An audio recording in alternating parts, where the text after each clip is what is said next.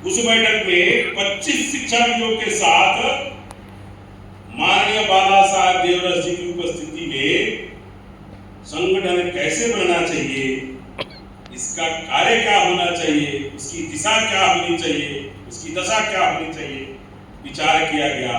तब इसका पंजीकरण भी कराया गया। 1974 पुणे में नैतिक शिक्षा विषय पर राष्ट्रीय संगोष्ठी का आयोजन होता है। जो अभी बात हो रहा था 5 कदमों का, 1974 में भारतीय शिक्षण मंडल इस पर कार्य कर रहा था। नैतिक शिक्षा सभी के स्कूली शिक्षा में, हम यूपी में पढ़ने वाले लोगों को भी एक विषय आता था छोटे क्लास में, नैतिक शिक्षा। अध्यक्ष जी रायपुर के बैठक में मुझे बता रहे थे कि अब वो पुस्तक गायब सी हो गई। तो नैतिक शिक्षा का कार्य उस समय हम लोग तय कर रहे थे। वो पुस्तक यदि है, किसी के पास पुरानी पड़ी हुई है, तो मुझे लगता है कि उसका उपयोग, सदुपयोग करना ही चाहिए। 1977 में दिल्ली में एनसीईआरटी द्वारा 10+2+3 प्रणाली पर एक राष्ट्रीय संगोष्ठी अपना शिक्षण मंडल प्रारंभ हुआ।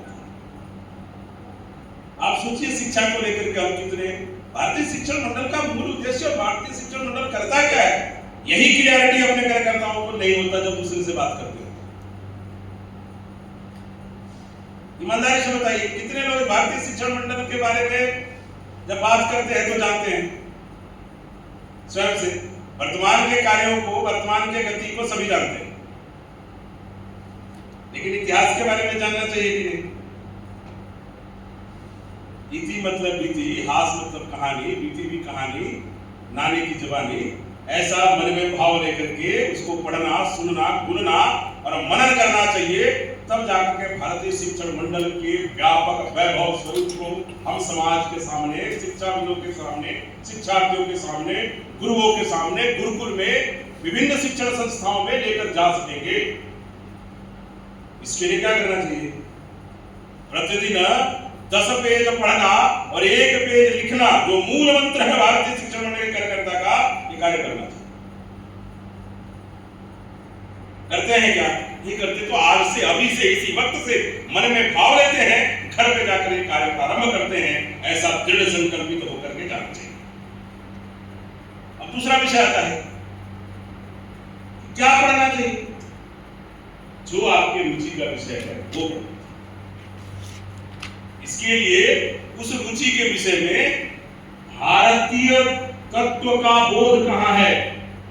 अभी अध्यक्ष जी ने भी कहा, माननीय प्रांत प्रचारक जी ने भी कहा, कोई भी विषय उठाइए, उसका स्रोत भारतीय ज्ञान परंपरा में आपको आवश्यक रूप से मिल ही जाता है, वो लेना चाहिए।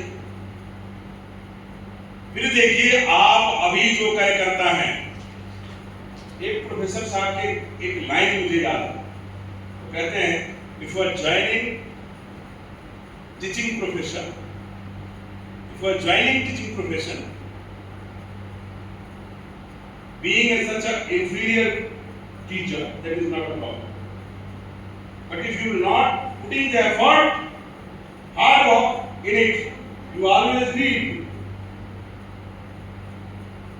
So you should put hard work, dedicated work in teaching profession, in a शिक्षा and शिक्षण. Then once you definitely be a superior. तो inferior ज्वाइन करना कोई बड़ी बात नहीं है, लेकिन शिक्षा और शिक्षण के माध्यम से 10 वर्ष में आप सुपीरियर न हो जाएं, इसमें सोचने की आवश्यकता है। अवश्य ही सोचना चाहिए। हम कम जानते हैं ये समस्या नहीं है, कम जानते ही रहना चाहते हैं ये समस्या है। हम आज कम जानते हैं, कल हम इस विषय के दक्षता को हासिल कर लेंगे, एक्सपर्ट बन जाएंगे। यह विषय भारतीय शिक्षण मंडल के मूल केंद्र में और उसके कार्यकर्ता के मूल भाव में होना चाहिए। तब और तभी जाकर के हम किसी भी विषय विशेषज्ञ, अगर मुझे राजनीति से बात करनी है, मुझे पता होना चाहिए कि भारतीय शिक्षण मंडल के इस कार्यकर्ता को हम बुलाएंगे, राजनीति में इससे बेहतर कोई विषय नहीं रख पाएगा। हमें तकनीकी के बारे में बात करनी है, अजय रावल जी को हम संपर्क करेंगे, उनसे बेहतर इस विषय में कोई विशेषज्ञ नहीं हो सकता। भारतीय शिक्षण मंडल के अंदर ऐसे कार्यकर्ता होने ही चाहिए, ऐसा हमें एक्सपर्टनेस हासिल करना चाहिए। वो किसी एक विषय के बारे में बात नहीं करते, हम अपने अपने विषय में दक्ष हो सकते। परिवार बने पाठशाला, ये अपनी योजना का हिस्सा है। कैसे बनेगा? जब भी परिवार की चर्चा परिचर्चा हो, हमें संदर्भ में याद है ये परिवार अपने आप में उदाहरण देने लायक है। उदार भाव का हिस्सा हो। गुरुद्वारा प्रबंधक कमेटी, कोरोना काल में मैंने पुस्तक लिखा थी दरिया वॉरियर ऑफ कोविड-19, सेवा भारती, केस स्टडी ऑफ सेवा भारती एंड गुरुद्वारा प्रबंधक कमेटी SGPC। कोविड में जहां पर 2 गज जरूर, 2 फुट दूरी, मास्क है जरूरी, ये भाव हो रहा था, तब सेवा भारती घर घर में जाकर के गुरुद्वारा प्रबंधक कमेटी के लोग, इस तरह अन्य भारतीय समाज में अन्य संगठनों के लोग घर घर में जाकर के लोगों की सेवा देने का करने का काम कर रहे थे। सक्षम इंडिया, जो दिव्यांग भाई बहन जो दूसरे पर निर्भर हैं, आप सोचिए पूरे विश्व में कोई उदाहरण मिलेगा जहां पर स्वयं के पति पत्नी एक दूसरे के साथ दूरी बनाकर रखे हुए थे उस फर्स्ट फेज में, वहां पर सक्षम इंडिया के समर्पित कार्यकर्ता एक दूसरे की मदद करने के लिए तैयार बैठे हुए थे, इसकी चिंता किए बिना कि हमें ये बीमारी लग जाएगी और हमें इसका दुष्परिणाम भुगतना पड़ेगा। ये भारतीय समाज है, और इस शिक्षा को अगर भारतीय शिक्षण मंडल के लोग उदाहरण के तौर पे नहीं पेश करते हैं, तो मुझे लगता है कि यह चिंता करने का और उस पर चिंतन करने का दोनों का विषय है। ऐसे भारतीय शिक्षण मंडल विचार करता रहा है, शुरू से उसका इतिहास रहा। अन्य अपने संगठन इसका कार्य करते हैं, हमें उस कार्य को प्रचारित तो कर ही सकते हैं, ऐसे मन में भाव रख के काम करें। हम कार्य करें ऐसा जरूरी नहीं, लेकिन उस विचार को धारण कर लें और उस धारण करके अपने संगठन के कार्यकर्ताओं, अपने मंडल में विचार करें। ये किसने मना किया है? बहुत सारे ऐसे उदाहरण हैं। सकारात्मकता इससे आती है। नई शिक्षा नीति, मुझे लगता है नई शिक्षा नीति में 1986 से भारतीय शिक्षण मंडल का है, इसका ज्ञान हमें होना चाहिए। यह आज आया ठीक बात है, लेकिन इसके पीछे वर्षों का अपने भारतीय शिक्षण मंडल के मनुष्यों का योगदान रहा। ये सरकार लेकर के आई, सरकार किसके निमित्त और किसके मेहनत से लेकर के आई, ये भारतीय शिक्षण मंडल को गर्व करने का विषय है। हम सभी कार्यकर्ताओं का गर्व करने का विषय है कि उसमें हमारे जैसे सामान्य कार्यकर्ताओं का इनपुट बहुत महत्वपूर्ण रहा। इस क्षेत्र में आप लोगों को बातचीत करने और उस पर ध्यान रखने की जरूरत है। इसके इतिहास को मैं भेज दूंगा, आप जरूर पढ़ें इसको, और इसमें आगे बढ़ने की परंपरा भी सुनिश्चित करें। इसके अतिरिक्त संगठन का ध्येय जो आपको बताइए, संगठन का ध्येय क्या है? भारतीय शिक्षण मंडल का ध्येय क्या है? शिक्षा में भारतीयता, भारतीयता। शिक्षा की जब बात करते हैं तो उसमें कोई क्लासिफिकेशन करते हैं क्या? हर प्रकार की शिक्षा, तो शिक्षा में भारतीयता, स्वयं में इतना बड़ा बोध है, वो सब कुछ समाहित है। पर्यावरण को देख लीजिए, अभी पर्यावरण पंचकर्म में मुख्य है। फिर समाज में शिक्षा होगी तो भेदभाव होगा क्या? जितने भी शिक्षाविद रहे, स्वामी विवेकानंद से लेकर के दयानंद सरस्वती से लेकर के तमाम शिक्षाविद, अपने सारे गुरु, जिस प्रार्थना में बैठे उसके सारे गुरु, उन्होंने कभी भेदभाव किया क्या? तो समरसता उसमें आ रहा है क्या? समरस समाज की कल्पना उसमें आ रही है क्या? ये पंचकर्म उसी का हिस्सा नहीं है क्या? आप सोचिए कि पंचकर्म लेने से पहले भारतीय शिक्षण मंडल के आधारभूत जो स्रोत है, उसमें ही बहुत बड़ा योगदान। मैं कई बार इशारे समझ जाता हूं, सहमंत्री जी बार बार देख रहे हैं तो सब शुरू ही हो गए। मैं समेटता हूं। बोलिए बोलिए। एकात्मक दृष्टि। हमारे भारतीय शिक्षण मंडल की जो दृष्टि है वो एकात्मक दृष्टि है। बहुत सारे बिंदुओं की इस पर चर्चा करने के लिए पूरा दिन चाहिए। एकात्मक दृष्टि, जैसे अभी आदरणीय प्रांत विचारक जी भी बोल के गए, सभी लोग एक हैं। मैं इसमें एक चीज जोड़ने का दुस्साहस करता हूं। एक है वाक्य नहीं होना चाहिए, व्यवहार में होना चाहिए।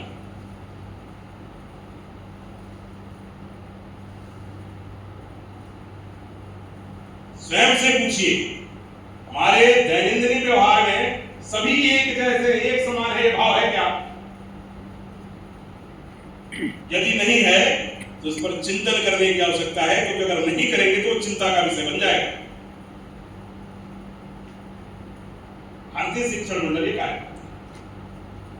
ऐसे कार्यकर्ता का निर्माण हम करते हैं, उसमें तमाम ऐसी चीजें जो एकात्मक दृष्टिकोण को कहीं न कहीं से ठेस पहुंचाता है, उसको हम रोकने का काम करते हैं। आपका एक विषय है resurgence Punjab, why we are taking this subject now in this particular प्रशिक्षण शिविर, क्योंकि पंजाब की मिट्टी की खुशबू कहती है समरस समाज। उस समरस समाज में कुछ ताकतें उसको तोड़ने में लगी हुई है। कट्टरवाद, इस्लामीकरण, ऐसे विषयों पर हमें तथ्यों के साथ लिखने, पढ़ने, शोध करने की आवश्यकता है। और शोध कैसा? मैं अध्यक्ष जी के उस तथ्य को समाहित करता हूं। शोध केवल किसी कंपटीशन के लिए नहीं, वो तो हम कर ही रहे हैं, क्योंकि शोध भाव जागृत हो सके, इसलिए विजन फॉर विकसित भारत 1947 ऐसा 2047 ऐसा भाव लेकर के हमारा एक महाअभियान चल रहा है। इसके बारे में दीदी बताएंगे। आप लोग भी जान ही रहे हैं पहले से। विजन फॉर विकसित भारत शोध लेखन प्रतियोगिता। लेकिन ये शोध का विषय क्यों महत्वपूर्ण है? ये शोध का विषय इस पंजाब में अत्यंत महत्वपूर्ण है, क्योंकि कुछ ऐसी ताकतें जो युवाओं की ऊर्जा को सकारात्मक दिशा के बजाय नकारात्मक दिशा में लेके जा रही है। तो उस नकारात्मक दिशा को पुनः सकारात्मक दिशा में परिवर्तित करने के लिए हम सभी लोगों को शोध करने की आवश्यकता है। और शोध कैसे? एकेडमिक एपीआई के लिए नहीं, धरातल पर उतर सके ऐसा शोध। और उस शोध को करने के लिए एक व्यक्ति पर्याप्त नहीं होगा। वो अभी कर रहे हैं, भाव उत्पन्न हो जाएगा, आगे और भी कराएंगे। अध्यक्ष जी की बातों को मैं उद्धृत करता हूं। उसमें कंबाइन एफर्ट होना चाहिए। एक गाना है, एक अकेला थक जाएगा साथी हाथ। एक अकेले की रिसर्च से वो ऑथेंटिसिटी नहीं आ पाएगी। पूरा वर्ल्ड उसमें इस रूप पर प्रयास कर रहा है, और हमारा तो सर्वे भवन्तु सुखिनः की कल्पना शुरू से ही है। आज वर्ल्ड अगर एफर्ट कर रहा है तो नया क्या कर रहा है? तो उस पर प्रयास करके उस तरह के एफर्ट को कंटिन्यू अपने व्यवहार में शामिल करना चाहिए, ऐसा योजना करना चाहिए। इसी तरह विभिन्न ऐसे 16 विषय हैं, मैं आपसे साझा करूंगा, ग्रुप में आप साझा करें। उन पर लिखने, पढ़ने, शोध करने और उस पर क्रिएटिव पीस तैयार करने। आजकल तो रील्स भी बहुत आते हैं और रील्स बहुत अच्छा मैसेज दे जाते हैं। आपको मैं छोटा सा एक उदाहरण देता हूं। पूरे इतिहास में पढ़ के पता चला कि इतिहास में मनुष्य होमो सेपियंस से मनुष्य कब बना।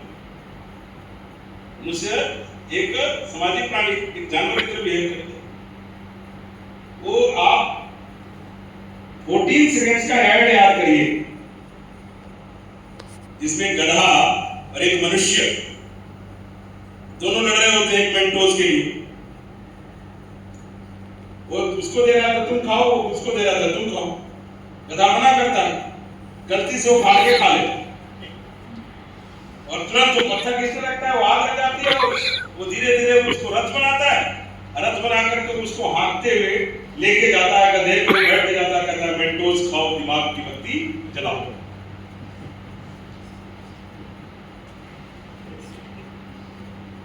ओनली 12 सेकंड्स में पूरे हिस्ट्री को डिपिक्ट करता है। ये क्रिएटिविटी है, ये भारतीय शिक्षा मंडल के कार्यकर्ता का काम होना चाहिए। अपने कार्य को गति देने के लिए क्या क्रिएटिविटी करना चाहिए, जिसमें एथिक्स भी हो, लॉ भी हो, सौम्यता भी हो, भव्यता भी हो, इस तरह की योजना करनी चाहिए। मैं भारतीय शिक्षा मंडल का कार्यकर्ता हूं, केवल यही भाव नहीं, मैं जीता भारतीय शिक्षा मंडल के लिए, मरदा भारतीय शिक्षा मंडल के लिए और पूर्ण रूप से समर्पित हूं भारतीय शिक्षा मंडल के लिए। ऐसे कार्यकर्ता की खोज और पहचान भी करनी चाहिए। उसके लिए मूल जो जॉब है उससे दूर रहने की आवश्यकता नहीं है। इसलिए मैंने आपसे कहा 2 घंटे प्रतिदिन दे सकते हैं क्या? यदि 2 घंटे नहीं तो सब 1 घंटे दे सकते हैं क्या? सप्ताह में 7 घंटे होते हैं।